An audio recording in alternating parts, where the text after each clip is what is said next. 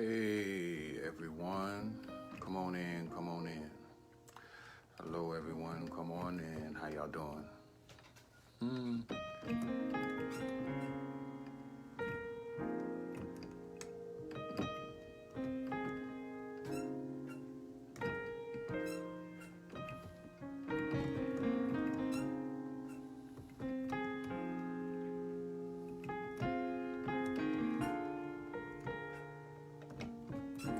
Hello, hello, my sister.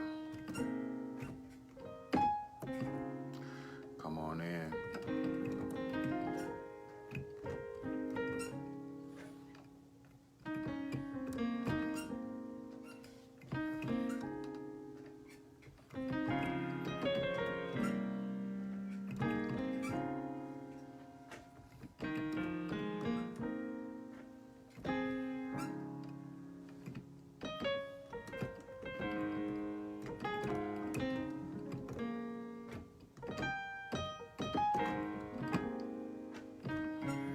Hello everyone. How y'all?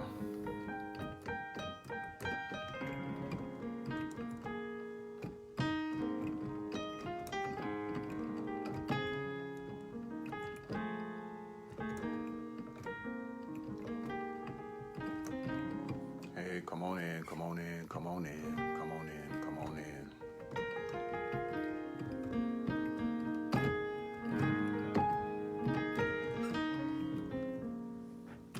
Hey, come on in. Come on in. Wait for a few more people to come on in because I know this is a hot topic today, which is why I kind of started with a little worship. It's kind of what helped me. So yeah, it's a hot topic today. Well, come on in.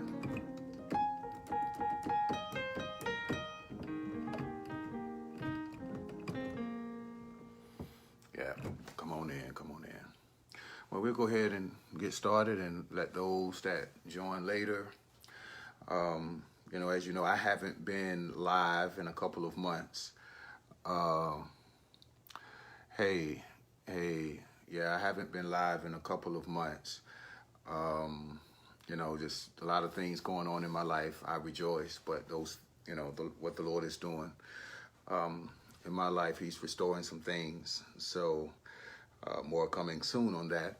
But one thing that kind of happened to me this week, most of you that know me and know my family know that some years back, my sister was brutally murdered some years back. And this week, and actually, the anniversary of it was yesterday. As today's the 24th, the 23rd was the actual day that it happened. So it was kind of yesterday. So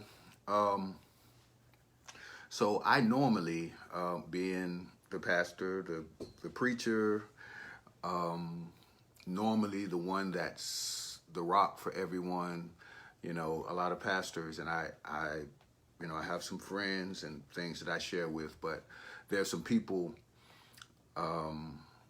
as pastors, you just normally don't get a chance to grieve like everyone else. And so I've just kind of pushed my feelings to the side and just been there for everyone else. My mom and, some of my siblings and my cousins and family members and friends, that were like cousins because, when you grow up in community, everybody's together. But I just wanted to share. Hey, Kiana. Okay, I had to say it. That's my friend. But I struggled this week, and I normally don't really struggle with those kind of things. I normally don't have yes, I grieved and lost people, but I normally don't stay there.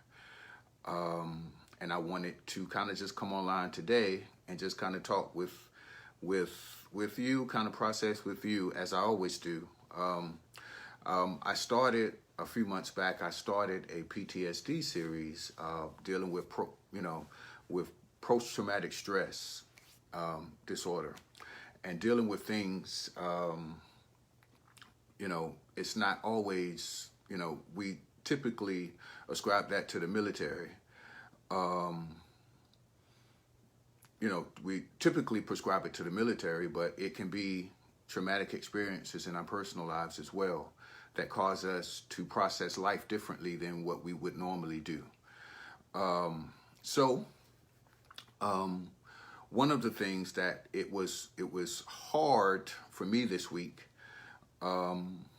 because for me, part of what I deal with is there were a lot of things going on around the time that this tragedy happened in our lives. For me, I was deployed. We faced an ambush. I lost a friend. I had a lot of different things going on, in my life personally. And then on top of that, lost my sister.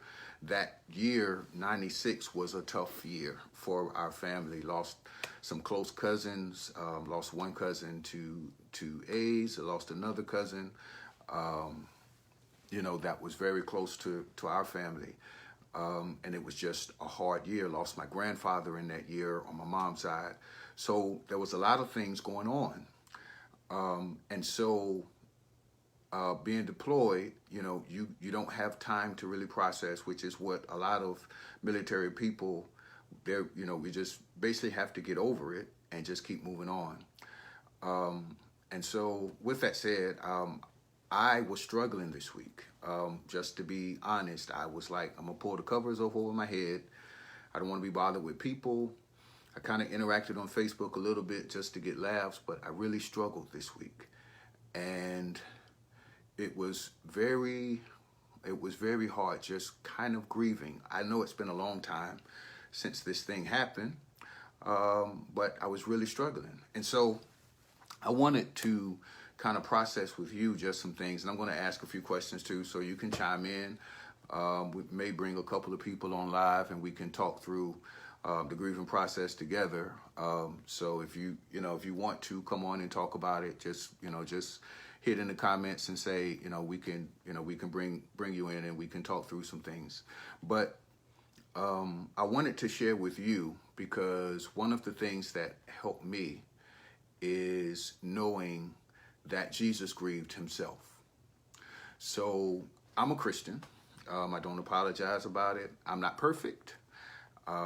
Never claimed to be. I haven't lived a perfect life, but Jesus saves. So there it is. But one thing that he does, because there's a story in the Bible, and I always start these lives off with a story that's in the Bible. It's in John chapter 11, where Lazarus dies, and Mary and Martha, which is Lazarus' sisters, they're grieving. Everybody's grieving. And then there's this verse, which I used, me and my cousins that are on live right now, we used to have to say a Bible verse before we could eat. And all of us would try to rush to say this verse. It's one simple verse. And I found out today that we didn't even quote it right. How about that? Because it says, then Jesus wept. Then Jesus wept. We normally say Jesus wept and leave it at that. Then Jesus wept. And so I look at what's going on and realize that Jesus wept because Jesus was grieving. That was his cousin. It wasn't just somebody he knew. That was a family member. Just like us, we grieve, and we have family members that pass away. Bless you, Doc. I'm praying for you, man. Praying for you. Praying for you, man. I know it's tough. Yeah. But yeah, we grieve, and it's just tough, and it's hard. But Jesus himself gives us this idea. He grieves himself, and then he moves to raise Lazarus from the dead. We know the rest of the story. Those of us that read, that have read the story, we know that Jesus raises Lazarus from the dead. He was stinking and all that good stuff. But he raises him up, tell them to get him something to eat. And then they all rejoice, and they were like, who is this man that, even the dead, the dead are raised and all that good stuff. And if we preach it, we were like, he raised it up so you can get up, all that good stuff. But truthfully, in our lives, it's hard for us to get up sometimes. I think through this week for me, it's been tough. I mean, and I can tell you, my brother's probably on, or my nephew. I saw one of the tears. But my brother, what did it for me, I was okay. And then my brother tagged me he posted a photo because he was having a moment himself. And he tagged me in a photo, and it sent me in a tailspin downward, where I didn't want to be bothered. I didn't want to deal with anybody. I just wanted to be me. And if I could just tell the truth for, just a moment, I was like, I need to go back to some old things and just not deal with nobody. So let me go I really just wanted to go get a bottle, get in the closet, and just me and my bottle, and just keep going until I pass out. Till I, just laying there passed out, and then redo it. That's truthfully how I felt. Just didn't want to deal with anything.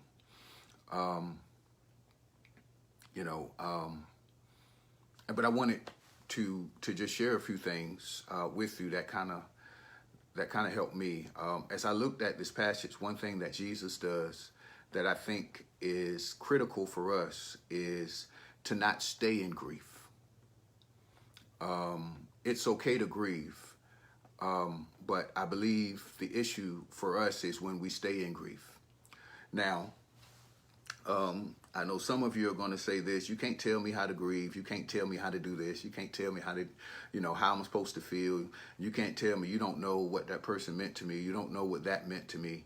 You don't know what that item, you don't know what that relationship meant to me. And true indeed, I don't know. But I do know that God doesn't want us to stay there. Now, I have a couple of passages of scripture that I want to point to that has kind of helped me. One passage is King David, when he had sinned, and his son, the Lord had sentenced his son to die. He's like, the child is not going to live. And David was, hey, my grandbaby. Hey, he was sentenced to die, and the baby was sentenced to die. And David, he got up, washed his face, and then he went and ate something, and he moved on.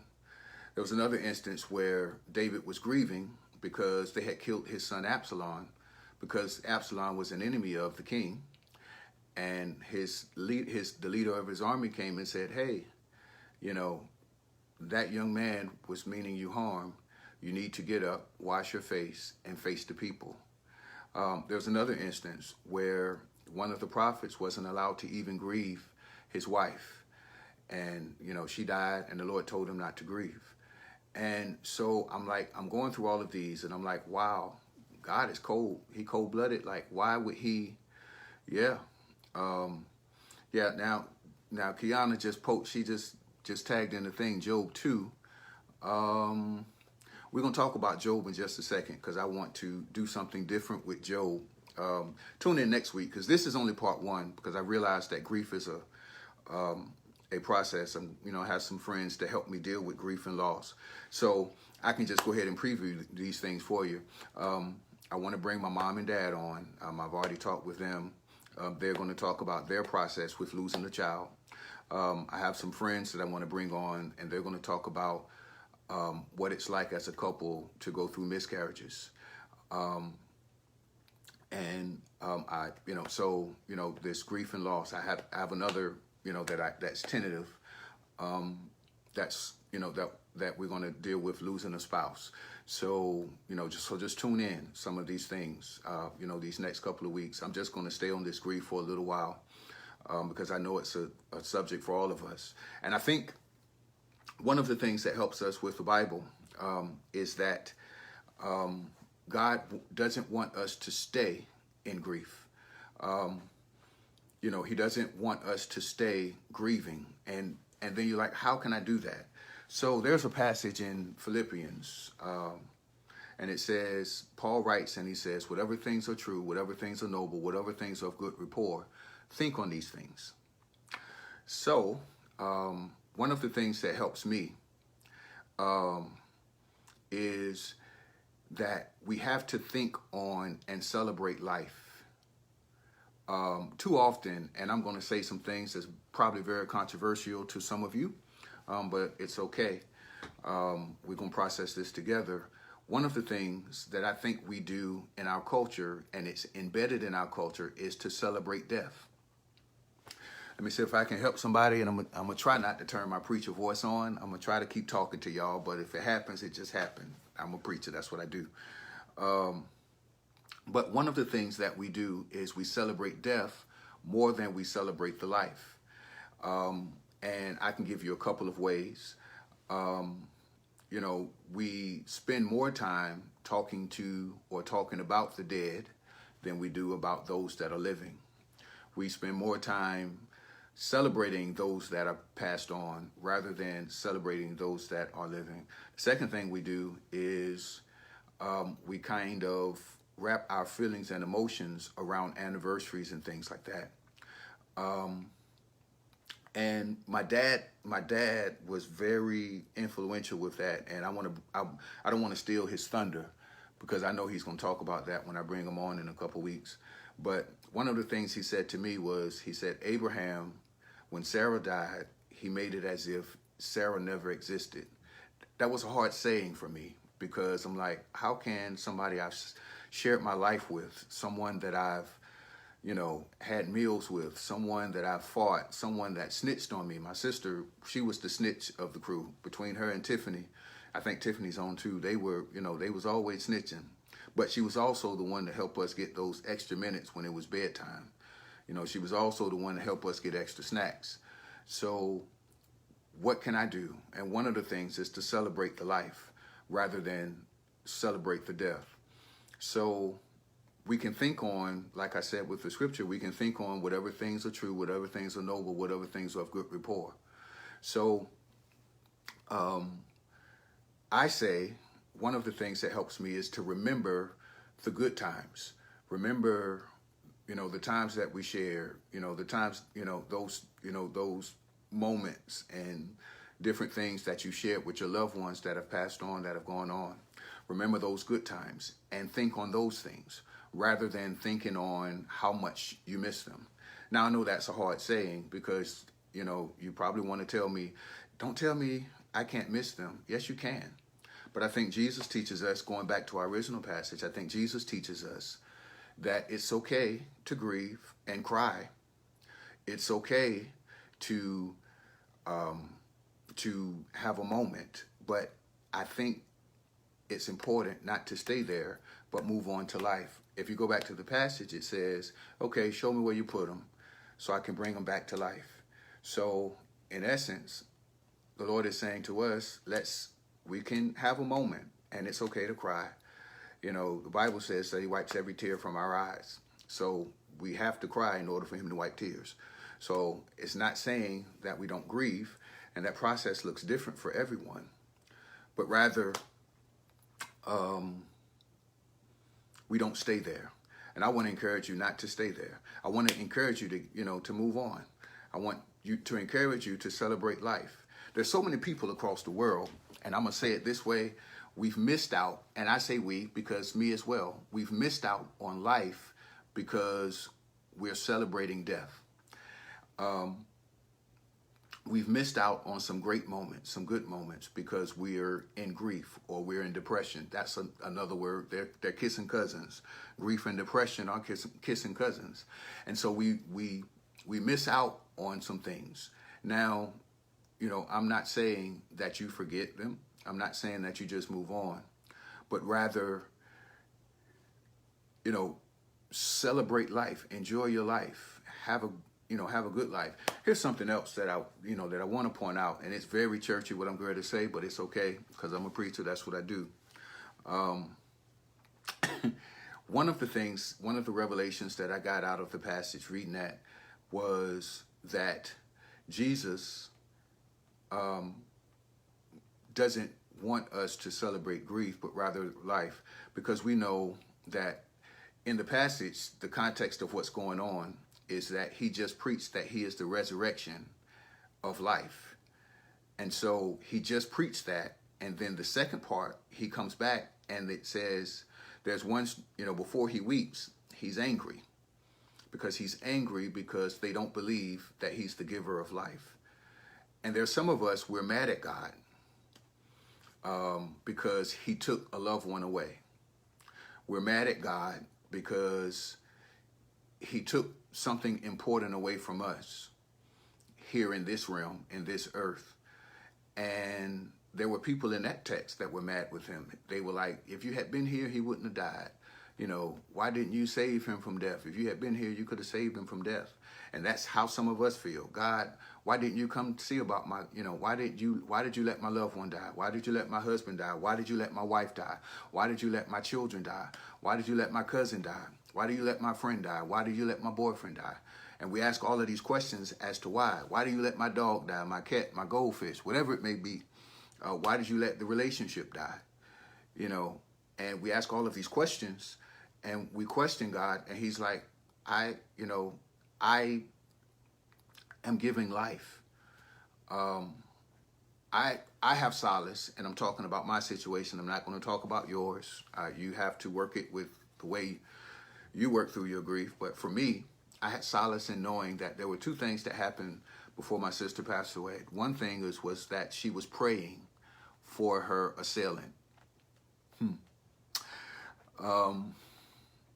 Most of y'all that know me, that grew up in Camelot with us, y'all know the whole story. Y'all know who did it.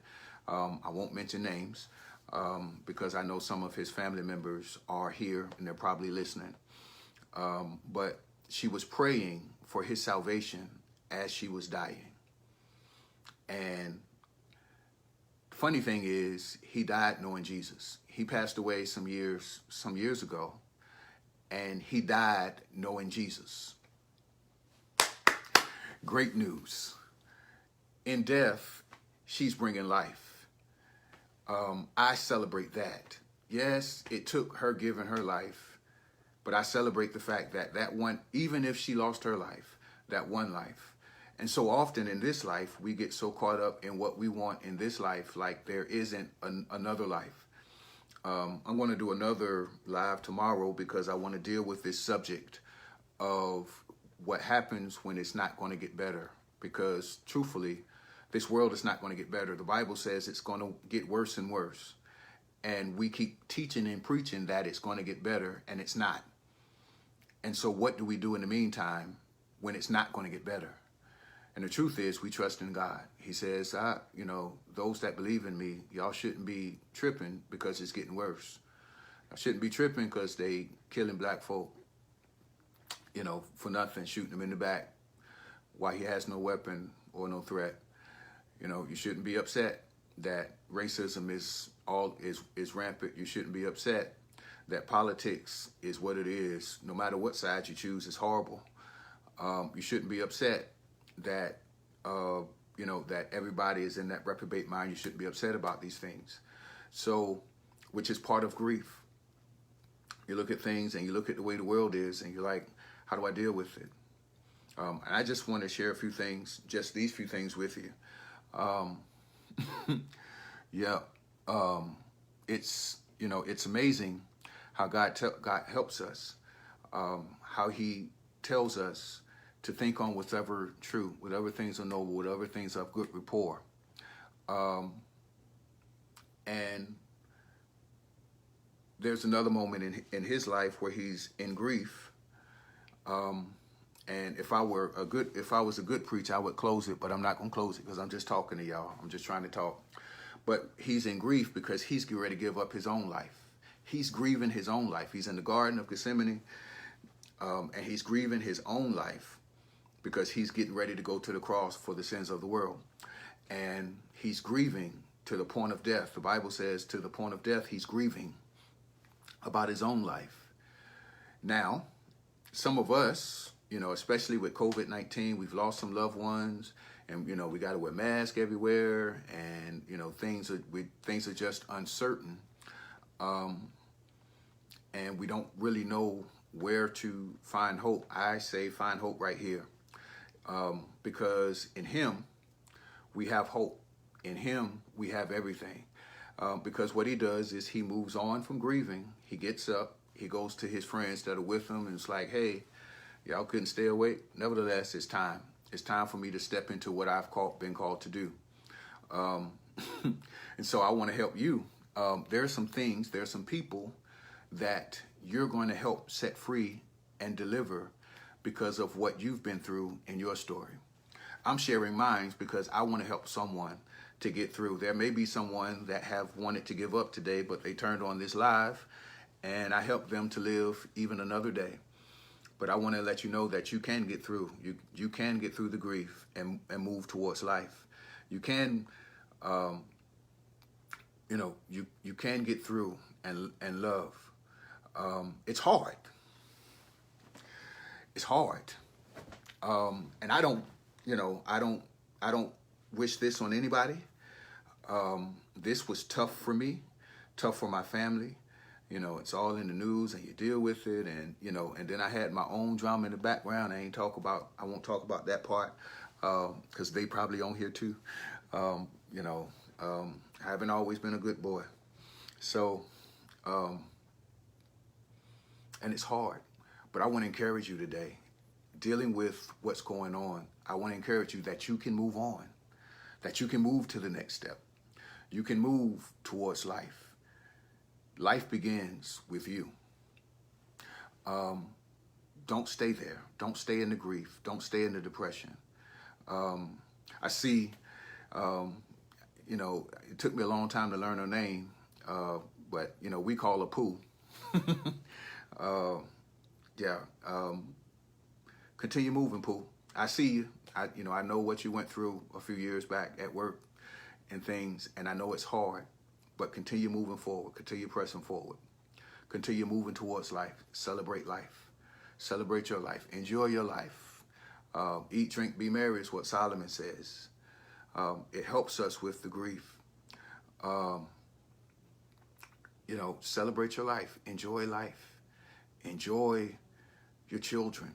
Enjoy your spouses. Enjoy the game. Enjoy a good show. We can't go out to eat too much anymore. Everybody's DoorDash, Uber Eats, that kind of thing. But, order your favorite meal in. Enjoy your life. Celebrate life.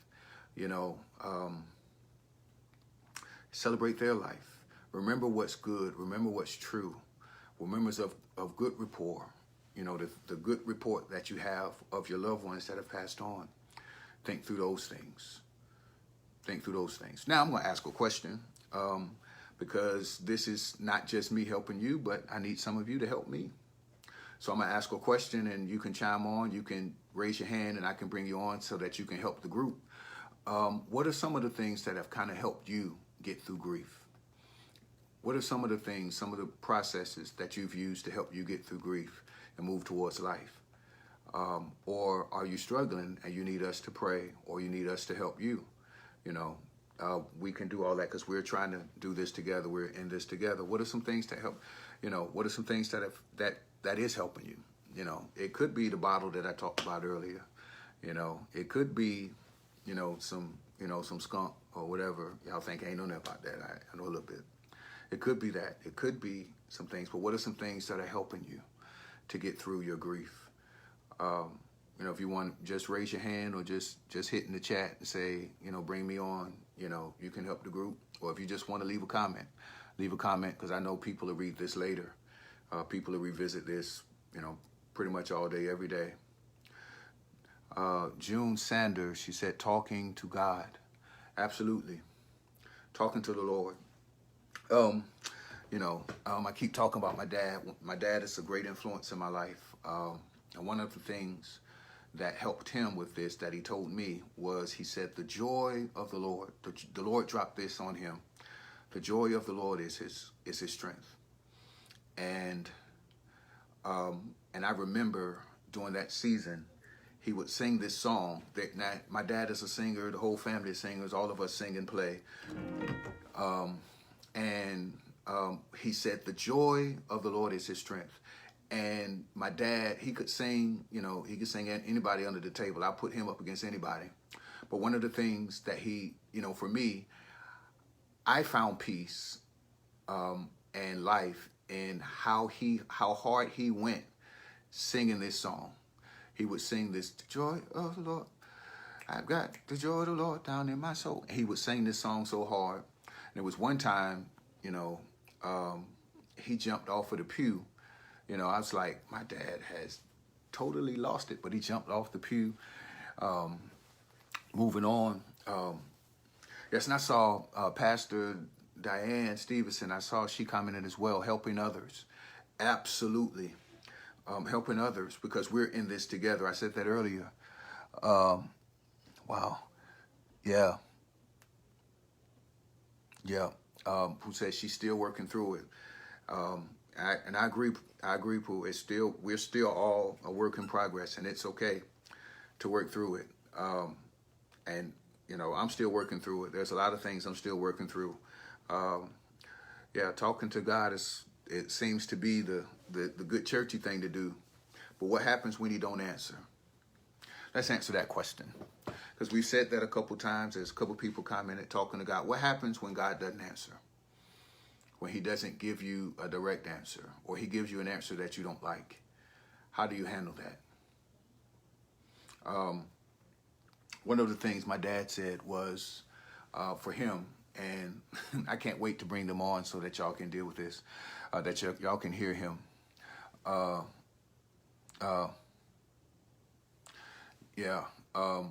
Talking to others. One of the things that he said was, the Lord said, you have to look at the fact that she didn't belong to you. And I'm speaking of my sister. And my dad said, wow, my mom was like, how can you say that? I birthed her. And my dad was like, she didn't belong to us. The Lord loaned her to us. So, she goes back to him, and it's okay. Now, that was how he grieved, how the Lord settled him and gave him peace.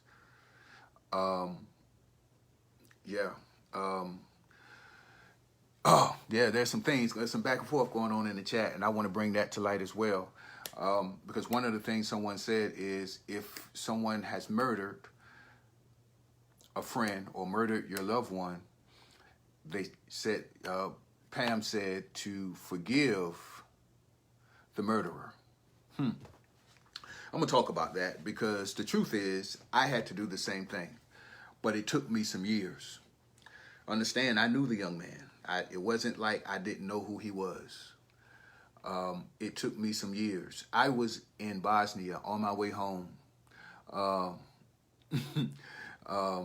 my way home. And on my way home, the Lord did some crazy things with that, because the Lord showed me him in a club. And y'all got to laugh at me, but I was in the club, and I was throwing him back.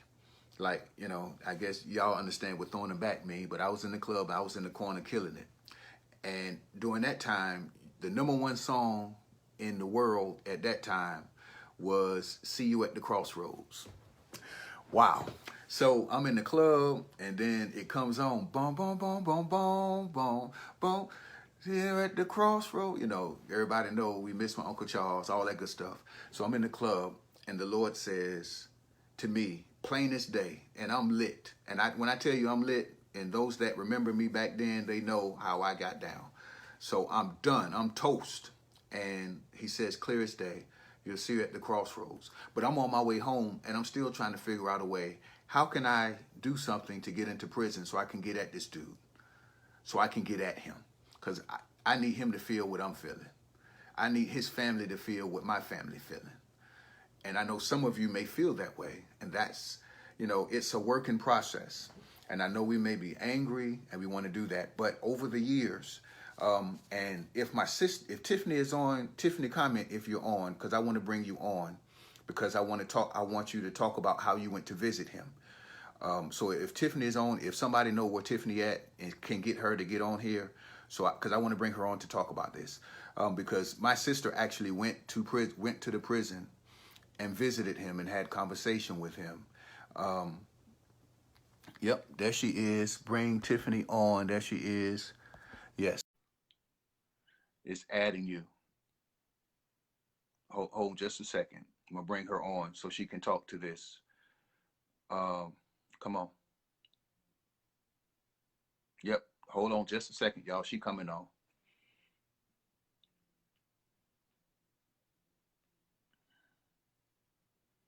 Wow. And Sister June, I'm with you. It's hard.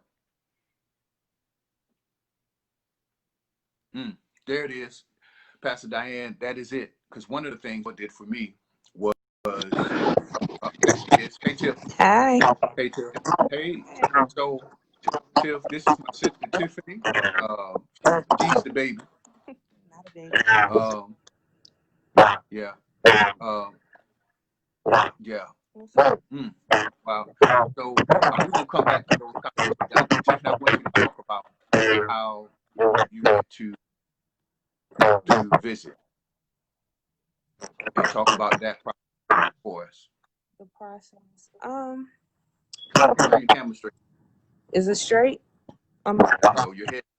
There you go. Okay. Right there. So, I didn't know I was doing this, but I went to see Curtis. Don't use name. Okay. Don't, Okay. don't use name. Sorry. I went to see him maybe 6 years ago, somewhere around there. And it started just with like a victim survivor email. I wanted to, or I felt the pull to go, so I reached out to find out what I would have to do to be able to do that. And someone responded. They said they had reached out to the person and they were open to me coming. But in order to do that, I had to go through a mediation process. Okay. That mediation process involved intense counseling.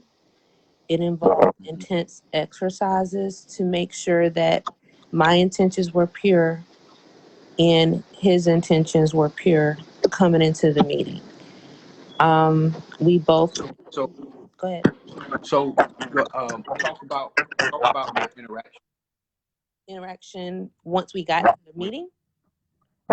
once you got to meet him. Talk about that. Talk about what's going on with that. Okay, so when I went down to the prison, we were in a conference room, and the only people that were in the conference room were myself and him and my mediator.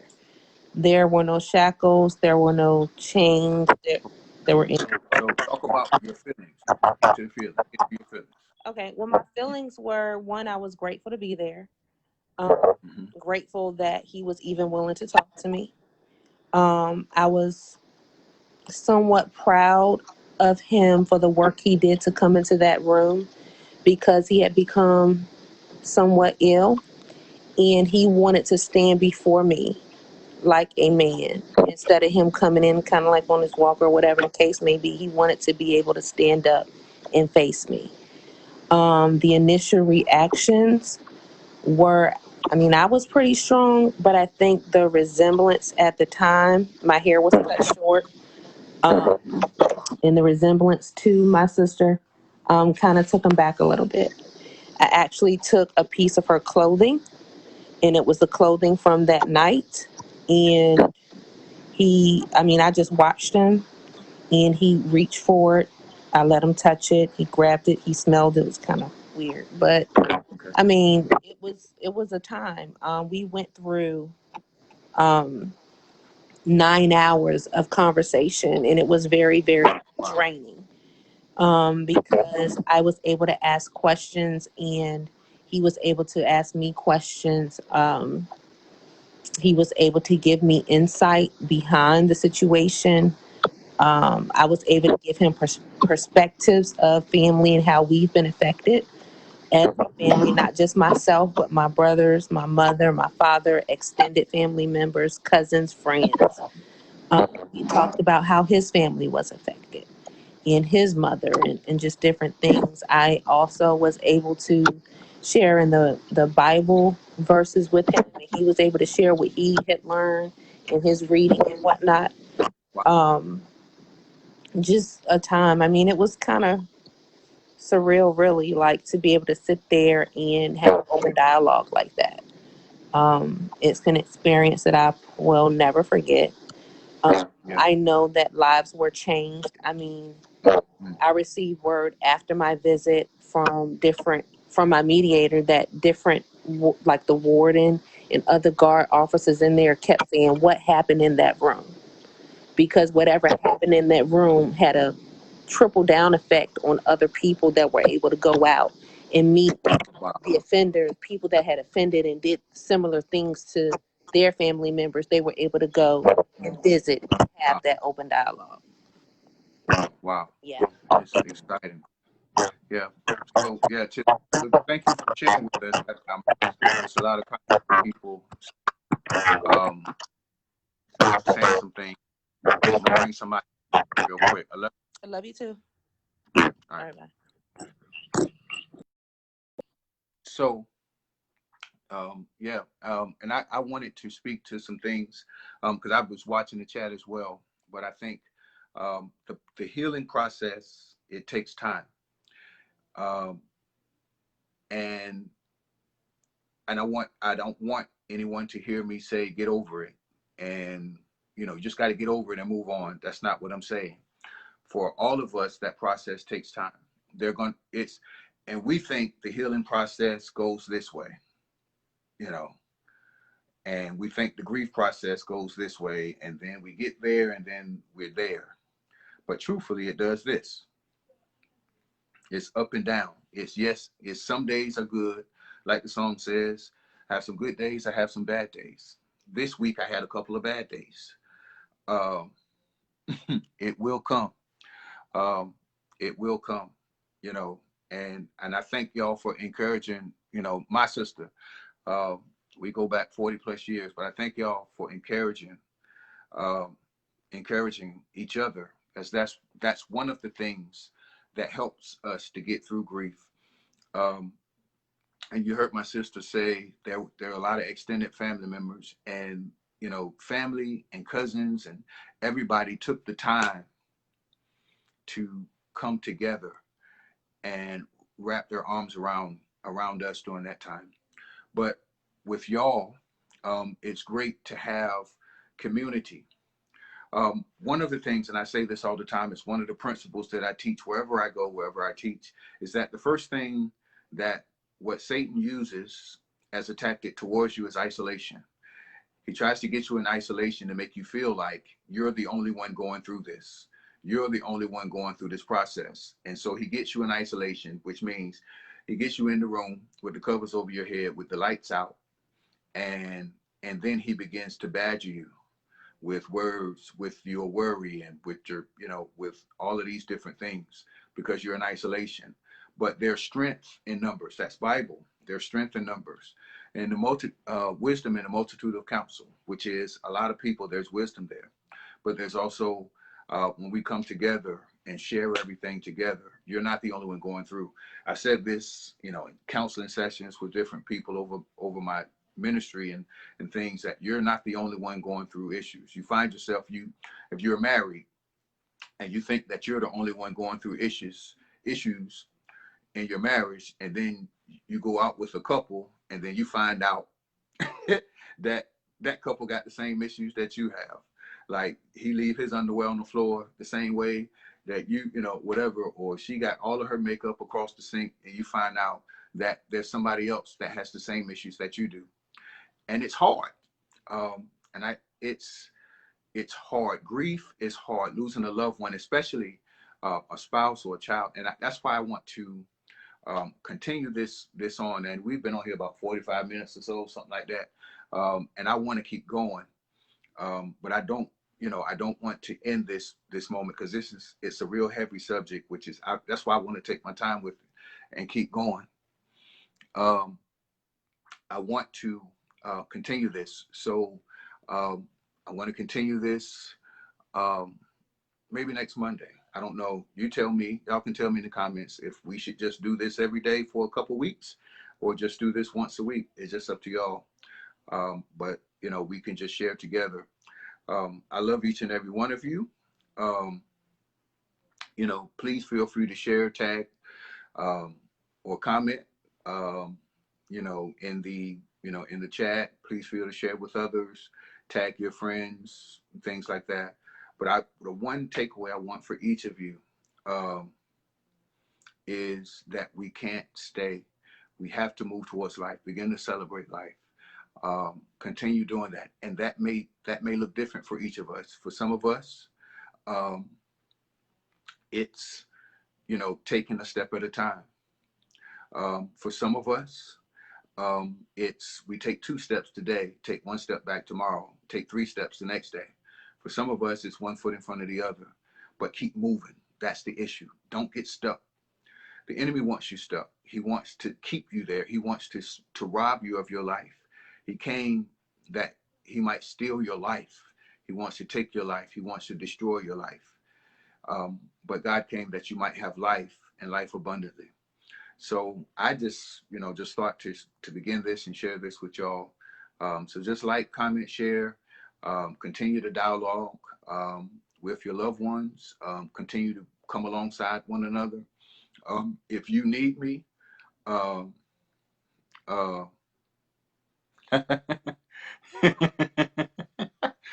Pooh, you know that.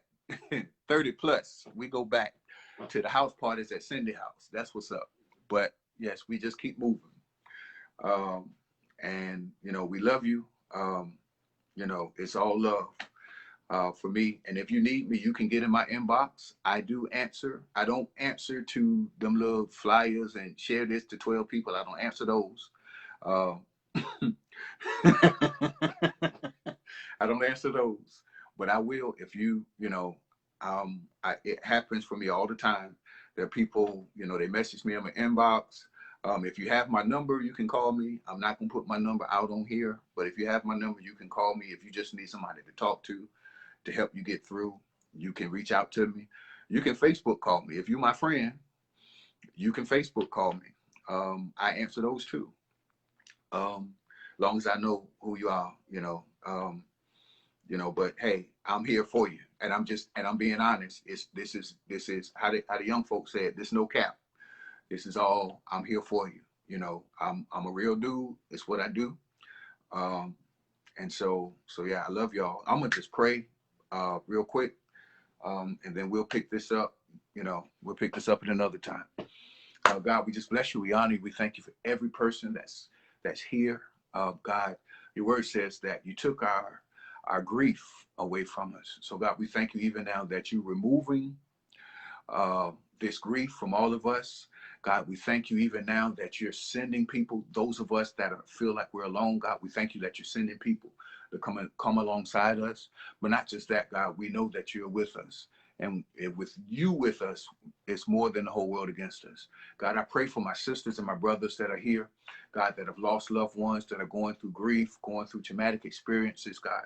God, I pray that you would be with them, God, that you would comfort them, God, that you would remove it, God, and restore the joy that they once knew. God, we thank you for this even now. We thank you for even being able to share with one another, because I know we are better because we share together today. God, we thank you even now. I thank you for my brothers and my sisters. I just thank you for this even now. I thank you for healing my heart. And we thank you for all of these things. Bless y'all. I love y'all. Hey, Amber, bless you. Thank you. May the Lord be your strength. All right. All right. Bless y'all.